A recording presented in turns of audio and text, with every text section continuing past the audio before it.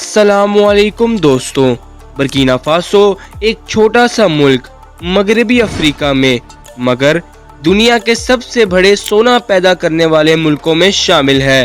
दहाइयों तक गैर मुल्की कंपनियां यहां से अरबों डॉलर का सोना निकालती रही हैं और आम लोग गुर्बत में जीते रहे हैं। लेकिन अब एक नया रहनुमा कैप्टन इब्राहिम ट्रावरे इस सब को बदलने की जद्दोजहद कर रहा है। क्या यह अफ्रीका की नई इनकलाब की शुरुआत है? बर्किना फासो में 17 से जाहिद बड़ी सोने की कानें हैं, जिनमें से ज्यादा तो कनाडा, ऑस्ट्रेलिया, अमेरिका और यूरोप की कंपनियों के कब्जे में थीं। बर्किना फासो में कई बड़ी सोने की कानें हैं। इनमें वांगियर और वोंगो जैसी कानें मशहूर हैं, जहां से अरबों डॉलर की मालियात का सोना निकाला जाता रहा है। मगर ये दौलत अवाम के पास नहीं पहुंची, बल्कि ज्यादातर यूरोपी और अमेरिकी कंपनियों की जेब में चली गई। इसी वजह से बर्किना फासो की अवाम गुर्बत में डूबी रही और मुल्क के पास अपनी सड़कें तक पुख्ता करने के वसाइल नहीं थे। ये कंपनियां अरबों डॉलर कमाती रहीं, मगर बर्किना फासो के अवाम को कुछ ना मिला। सोचें, एक साल में मुल्क ने 60 टन से ज्यादा सोना पैदा किया, जिसकी कीमत अरबों डॉलर थी। मगर बर्किना फासो आज भी दुनिया के गरीब तरीन मुल्कों में शामिल है। औरतों और बच्चों से मजदूरी, गैर महफूज कानकनी और खतरनाक हालात आम हो गए हैं। गैर मुल्की कंपनियां अमीर हुई, मगर मकामी लोग भूखे ही रह गए।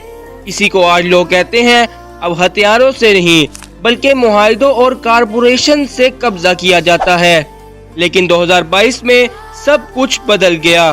34 साला फौजी कैप्टन इब्राहिम ट्रावरे इक़्तिदार में आए। इन्होंने ऐलान किया कि वो अजीम रहनुमा थॉमस सानकार के ख्वाब को दोबारा जिंदा करेंगे। ट्रावरे का पैगाम वाज़ेह था, बर्किना फासो का सोना बर्किना फासो के अवाम का है, और इन्होंने अमली कदम उठाए। गैर मुल्की कंपनियों से बड़ी कानों का कंट्रोल वापस लिया और सोपामिब नामी एक नया सरकारी दायरा बनाया गया जो कान कुनी का इंतजाम करेगा।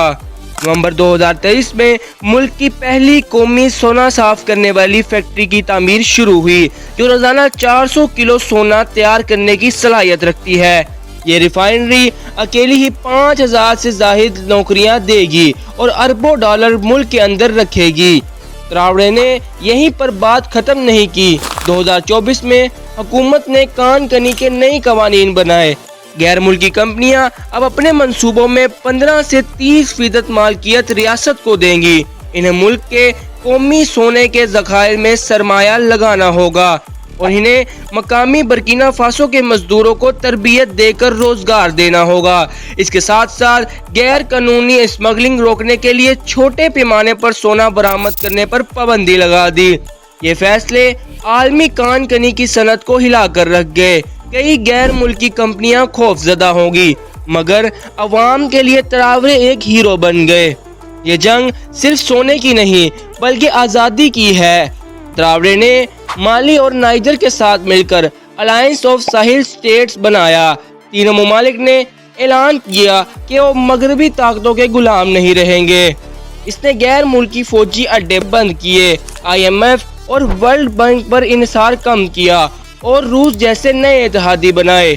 मगरबी मीडिया इन्हें आमद कहता है, लेकिन बर्किना फासो के लोग इसे नया सानकारा समझते हैं, जो वकार, खुदमुख्तारी और फख्र की जंग लड़ रहा है। बर्किना फासो के सोने की ये लड़ाई सिर्फ दौलत की नहीं बल्कि आज़ादी और मुस्तकबिल की है। क्या इब्राहिम ट्रावरे वाकई अपने मुल्क का खजाना वापस ला पाएंगे या गैर मुल्की ताकतें फिर कोई रास्ता निकाल लेंगी? दोस्तों, वांगियन और बोंगो जैसी कानें भी गैर मुल्की कंपनियों की कमाई का जरिया थी, लेकिन आज वही सोना बर्किना फासो के अवाम की खुशहाली में दरवाजा बन रहा है। क्या इब्राहिम ट्रावरे अपनी कौम को गुर्बत से खुशहाली तक ले जाएंगे या आलमी ताकतें फिर कोई खेल खेलेंगी? ये आने वाला वक्त ही बताएगा। लेकिन एक बात वाज़ेह है, ये नौजवान कैप्टन उम्मीद का चिराग जला चुका है, ना सिर्फ बर्किना फासो में बल्कि पूरे अफ्रीका में। अगर आपको ये वीडियो पसंद आई हो تو ڈوگزی سپورٹ کو سبسکرائب کریں اور لائک اور شیئر کرنا مت بھولیں۔ اللہ حافظ۔